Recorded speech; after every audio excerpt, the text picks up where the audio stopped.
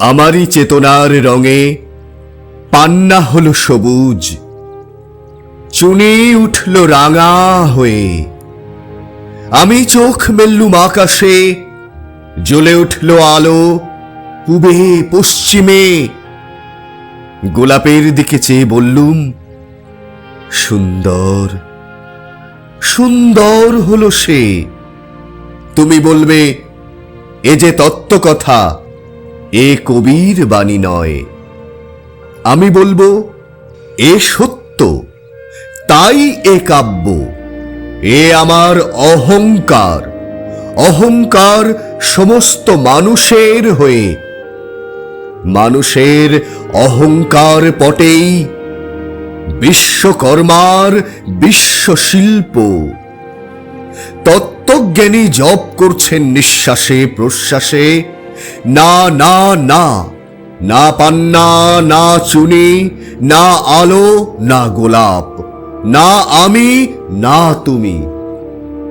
ওদিকে অসীম যিনি, তিনি স্বয়ং করেছেন সাধনা মানুষের সীমানায়। তাকেই বলে আমি। সেই আমির গহনে আলো আধারের ঘটল সঙ্গম। দেখা দিল রূপ, জেগে উঠল রস। না কখন ফুটে উঠে হলো হাঁ, মায়ার মন্ত্রে, রেখায় রঙে, সুখে দুঃখে। একে বলো না তত্ত্ব। আমার মন হয়েছে পুলকিত। বিশ্ব আমের রচনার আসরে হাতে নিয়ে তুলি, পাত্রে নিয়ে রং। পণ্ডিত বলছেন, বুড়ো চন্দ্রটা নিষ্ঠুর চতুর হাসি তার, মৃত্যুদূতের মতো গুড়ি মেরে আসছে সে পৃথিবীর পাঁজরের কাছে।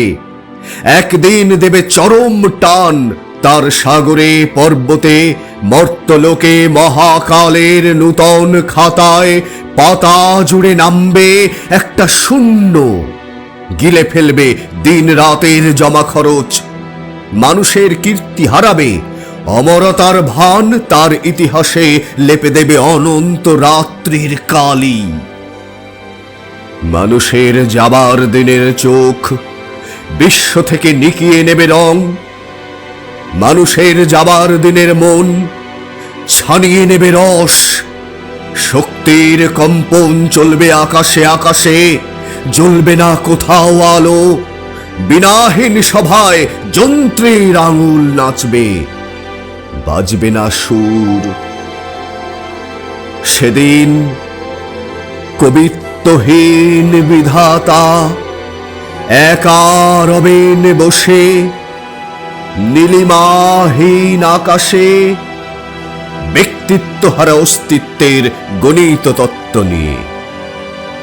তখন বিরাট বিশ্বভুবনে, দূরে দূরান্তে, অনন্ত অসংখ্য লোকে লোকান্তরে এ বাণী ধ্বনিত হবে না কোনোখানেই, তুমি সুন্দর, আমি ভালোবাসি।